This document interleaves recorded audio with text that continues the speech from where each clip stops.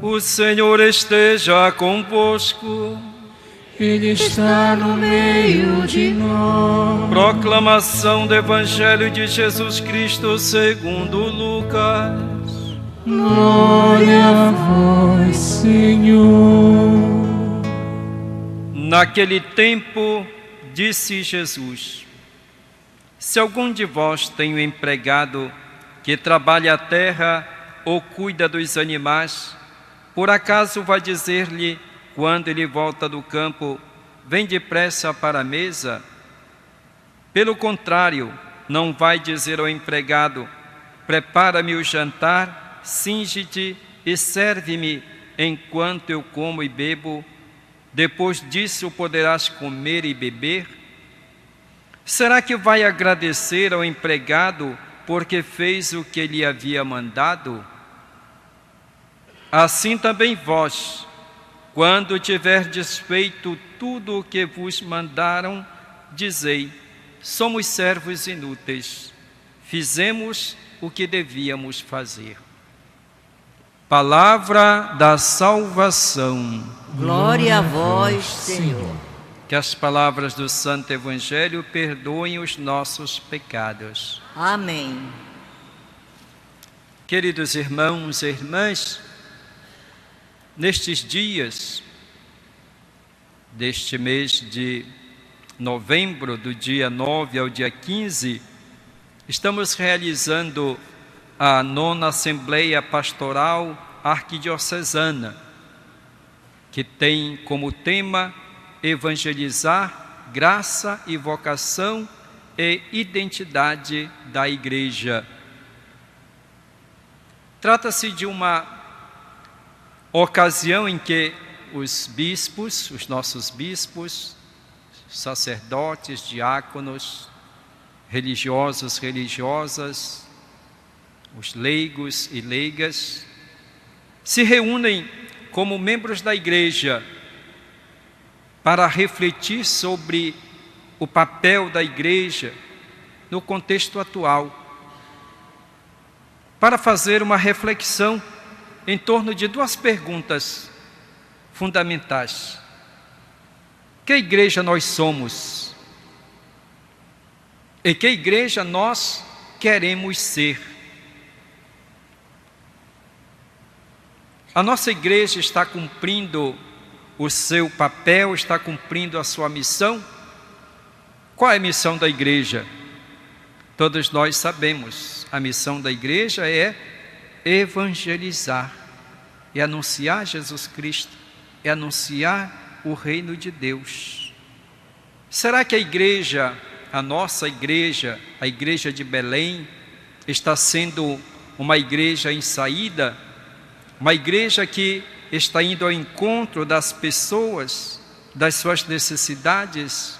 Uma igreja capaz de enfrentar os desafios do mundo atual? Trata-se de olhar para nós mesmos, para a nossa realidade e fazer uma autoavaliação do modo como nós estamos agindo, do modo como nós estamos sendo igreja, sem medo de encarar a nossa realidade.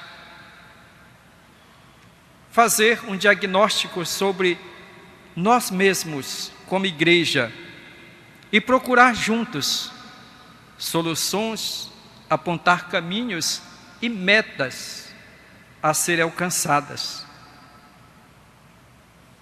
para que assim nós sejamos uma igreja em missão, uma igreja unida, uma igreja comunhão, uma igreja onde há participação de todos, uma igreja que se atualiza, portanto, uma igreja que busca formação para os seus membros, uma igreja que reza, uma igreja que celebra, uma igreja que vive unida a Cristo, a sua cabeça, uma igreja que seja misericordiosa, uma igreja samaritana, uma igreja que comunica a fé realmente às pessoas.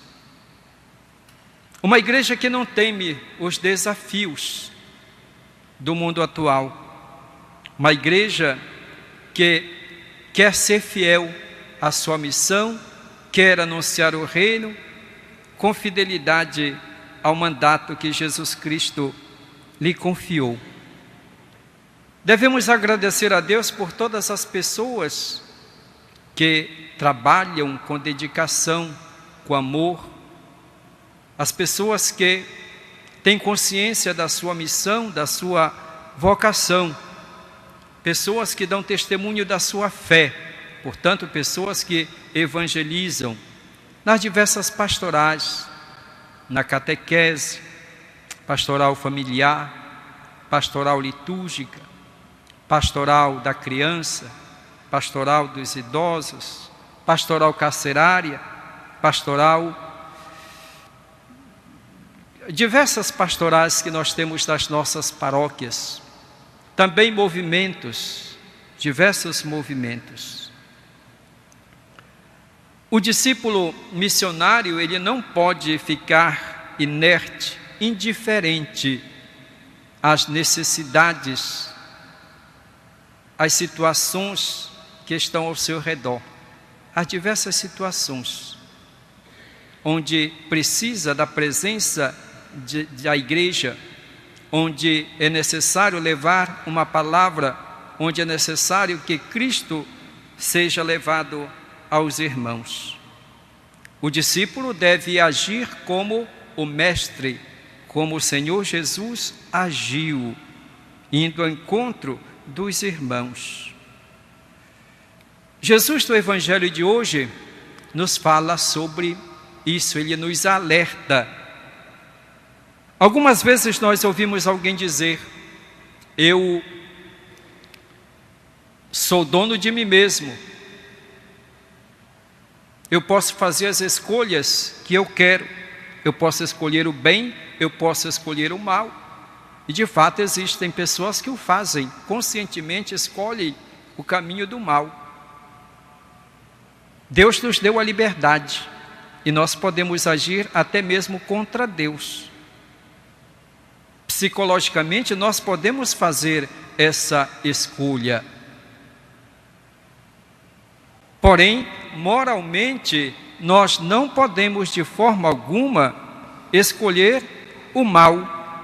Moralmente nós somos chamados como cristãos, como discípulos de Jesus Cristo, a fazer o bem, não fazer aquilo que nos agrada, mas aquilo que é da vontade de Deus. Como discípulos de Jesus Cristo, nós devemos escolher o bem em vez do mal. Devemos escolher a justiça em vez da injustiça. Escolher o amor em vez do ódio. Moralmente nós devemos assumir o nosso papel, devemos assumir a nossa vocação. Portanto, escolher os valores do reino. Como cristãos, nós temos essa obrigação. Moralmente, somos convidados a escolher o bem, fazer o bem. E fazer o bem e cumprir a nossa missão, não em vista de uma recompensa, não por dinheiro, não por reconhecimento, e nem mesmo por prazer, porque às vezes nós podemos fazer o bem e continuamos a fazer o bem na medida em que nós somos recompensados ou quando nós encontramos prazer naquilo que nós estamos fazendo. E o prazer é uma espécie de recompensa, pode ser uma recompensa psicológica para nós. Jesus, como é que ele agiu? Jesus cumpriu a sua missão, fez a vontade do Pai, não por prazer.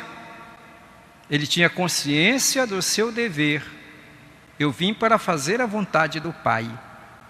Eu faço aquilo que lhe agrada. Portanto, ao fazermos a vontade de Deus, ao cumprirmos a missão que Jesus confiou em nós, pode ser que nós não encontramos nenhum prazer nisso. Ou será que Jesus, quando estava na cruz, ele encontrava algum prazer em estar colocado na cruz, estar sofrendo de modo indizível. Não, ele estava cumprindo a missão que o Pai lhe confiara, mesmo que isso lhe custava muito. Portanto, essa consciência que nós devemos ter, que nós somos chamados a fazer o bem, cumprir a nossa missão, e que não fazemos por prazer, nem buscando a recompensa. Por isso Jesus nos diz: quando tiverdes feito tudo o que vos mandaram, dizei: somos servos inúteis, fizemos aquilo que nós devíamos fazer. É assim que nós devemos fazer, cumprindo o nosso dever, a nossa vocação e oferecendo tudo ao Senhor, o nosso Deus. Uma palavra sobre a primeira leitura que nós ouvimos do livro da sabedoria. Olhando essa leitura, refletindo, podemos dizer que é uma pérola sobre a morte que nós encontramos no Antigo Testamento, do livro da sabedoria. Começa dizendo que Deus criou o homem para a imortalidade. Deus criou o homem para a imortalidade e o fez à imagem de sua própria natureza. E professa a fé na vida futura. A vida dos justos está nas mãos de Deus e nenhum tormento os atingirá.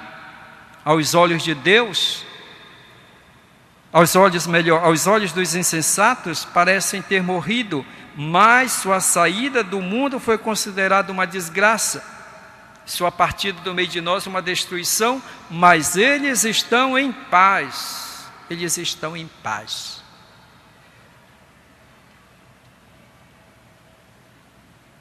Às vezes, nós encontramos pessoas que diante da morte ficam como que desesperadas, inconsoláveis.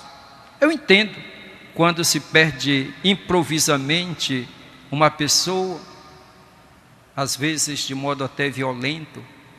Mas é diferente, por exemplo, quando nós perdemos uma pessoa de uma certa idade, que já fez toda uma caminhada, que procurou viver a sua vida, o seu compromisso cristão, e que partiu em paz. Por que desespero? Onde está a nossa fé? A minha mãe faleceu com 83 anos, o meu pai com 92 anos. Na verdade, eu nem chorei, agradeci a Deus por terem vivido tantos anos. A morte é o início da imortalidade. Parece uma contradição. É a morte humana, é a morte do nosso corpo, este corpo mortal, mas é o início da imortalidade. É o início da vida eterna. É o início da vida com Deus. É encontrar a plenitude da vida. Por isso nós devemos olhar a morte não como o fim. A morte não pode nos levar ao desespero. Repito, algumas situações plenamente compreensível que as pessoas chorem, que as pessoas sofram certas perdas. Mas é diferente quando uma pessoa anciã, quando o pai, a mãe, os avós falecem. Nós devemos agradecer a Deus e acreditar que eles estão em Deus e que eles descansam na paz. É um modo também de darmos testemunho da nossa fé, porque quem se desespera diante da morte são os pagãos que não têm fé, que não acreditam na vida futura. O cristão, diante da morte, ele sofre, ele chora, mas ele não se desespera. Ele acredita na imortalidade e na vida eterna. Que isto nos incentive, nos dê consolo diante da morte, para que nós continuemos a nossa caminhada, acreditando sempre no poder de Cristo, no seu amor, na sua misericórdia para conosco, que todos nós somos chamados a estar com Ele para sempre. Essa é a nossa meta. Confiemos, irmãos e irmãs, sempre no Senhor. Continuemos a nossa caminhada cristã, cada um de nós, cumprindo o seu papel, a sua missão. Sejamos igreja, sejamos discípulos missionários, testemunhas de Cristo. Louvado seja nosso Senhor Jesus Cristo. Para sempre seja louvado.